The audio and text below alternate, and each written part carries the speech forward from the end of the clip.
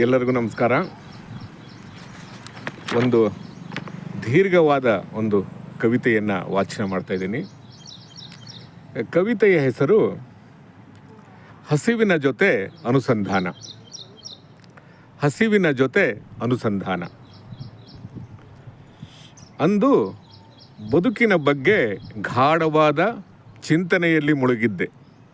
ಅಂದು ಬದುಕಿನ ಬಗ್ಗೆ ಗಾಢವಾದ ಚಿಂತನೆಯಲ್ಲಿ ಮುಳುಗಿದ್ದೆ.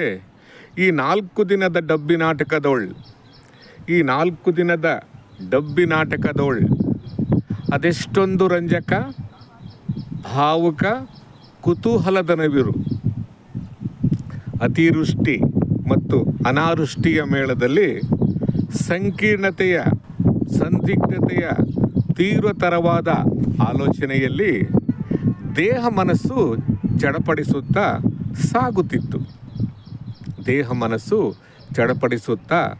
ಸಾಗುತ್ತಿತ್ತು.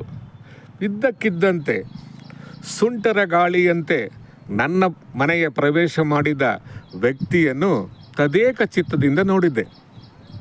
ಇದ್ದಕ್ಕಿದ್ದಂತೆ ಸುಂಟರ ಗಾಳಿಯಂತೆ ನನ್ನ ಮನೆಯ ಪ್ರವೇಶ ಮಾಡಿದ ವ್ಯಕ್ತಿಯನ್ನು ತದೇಕ ಚಿತ್ತದಿಂದ ನೋಡಿದೆ. ಆ ವ್ಯಕ್ತಿ ಎದುರು ಬದುರಾಗಿ ಕುಳಿತು ನನ್ನನ್ನು ಮಾತಿಗೆ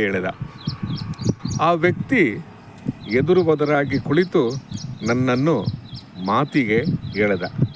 ಅಯ್ಯ, ಚಿಂತನೆಯಲ್ಲಿ ಮುಳುಗಿರುವ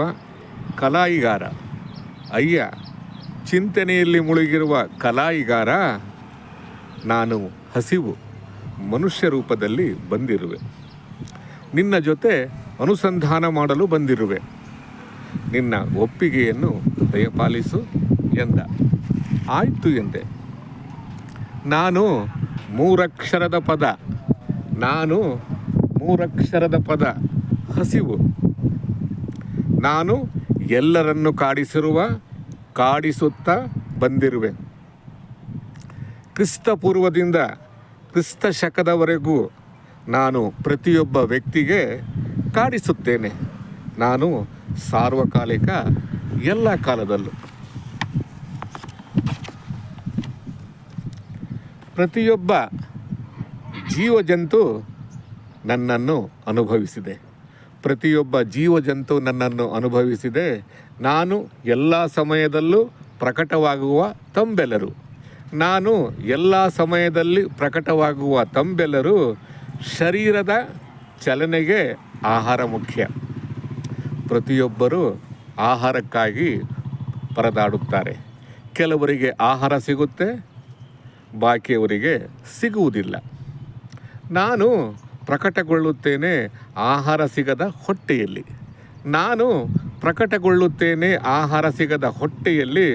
ಹೊಟ್ಟೆ ಹಸಿವು ಪ್ರತಿಯೊಬ್ಬರಿಗೂ ಕಾಡಿಸಿದೆ.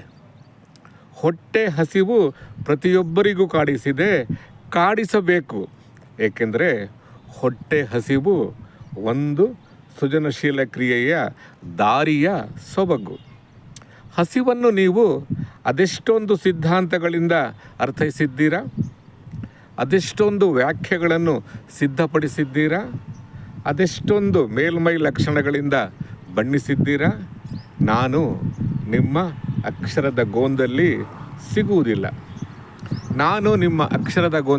ಸಿಗುವುದಿಲ್ಲ. ರೂಪಕ ಪ್ರತಿಮೆಗಳಲ್ಲೂ ಸಿಗುವುದಿಲ್ಲ. ಯಾವುದೇ ವರ್ಣಮಾಲೆಯಲ್ಲೂ ನಾನು ದೊರಕುವುದಿಲ್ಲ. ಹುಡುಕಿದಷ್ಟು ದೂರ ಸಾಗುತ್ತೇನೆ.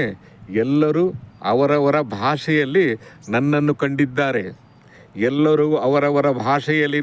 ಕಂಡಿದ್ದಾರೆ.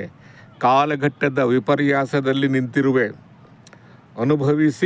ಅನುಭವಿಯಾಗುವ ಹೊಲದಲ್ಲಿ ನಾನು ಅರಳಲು ಬಯಸುತ್ತೇನೆ.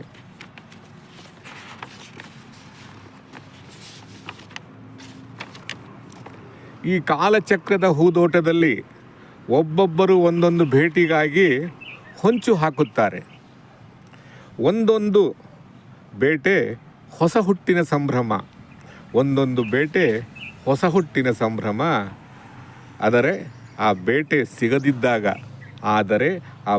ಸಿಗದಿದ್ದಾಗ ಅತಿವೃಷ್ಟಿ, ಅನಾವೃಷ್ಟಿಯ ಕೈಚಳಕ. ಬರ ಕ್ಷಾಮ ಆವರಿಸಿ ಇಡೀ ಮನುಷ್ಯ ಕಂಗಾಲು. ಈ ಪ್ರಕೃತಿಯ ಆಟೂಟದಲ್ಲಿ ನನ್ನನ್ನು ಹುಡುಕಲು ಯತ್ನಿಸುತ್ತೀರ. ನಾನು ಸುಲಭವಾಗಿ ಸಿಗುವುದಿಲ್ಲ. ಯಾರಿಗೂ ನಾನು ಪೂರ್ಣವಾಗಿ ಸಿಕ್ಕಿಲ್ಲ. ಯಾರೂ ನನ್ನನ್ನು ಜಯಿಸಿಲ್ಲ. ನಾನು ಸುಲಭವಾಗಿ ಸಿಗುವುದಿಲ್ಲ. ಯಾರಿಗೂ ನಾನು ಪೂರ್ಣವಾಗಿ ಸಿಕ್ಕಿಲ್ಲ. ಯಾರೂ ನನ್ನನ್ನು ಜಯಿಸಿಲ್ಲ. ಎಷ್ಟೇ ನಾಗರಿಕತೆ ಬಂದರೂ ನಾನು ಸರ್ವವ್ಯಾಪಿ. ಹಸಿವು ಇಲ್ಲದಲ್ಲೇ ಹೋಗಿದ್ದರೆ ಹಿಡಿಯಲು ಸಾಧ್ಯವೇ? ಹಾಗಾಗಿ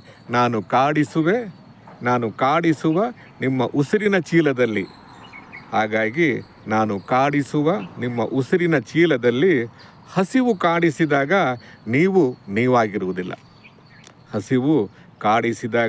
ನೀವಾಗಿರುವುದಿಲ್ಲ.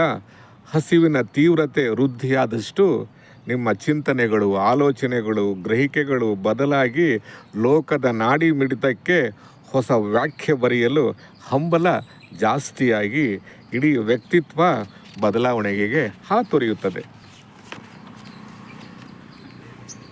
ನನ್ನನ್ನು ಶಮನಗೊಳಿಸಲು ಅದೆಷ್ಟೊಂದು ಯೋಜನೆಗಳು, ನನ್ನನ್ನು ಬಿಡುಗಡೆಗೊಳಿಸಲು ಅದೆಷ್ಟೊಂದು ಪಠ್ಯಗಳು.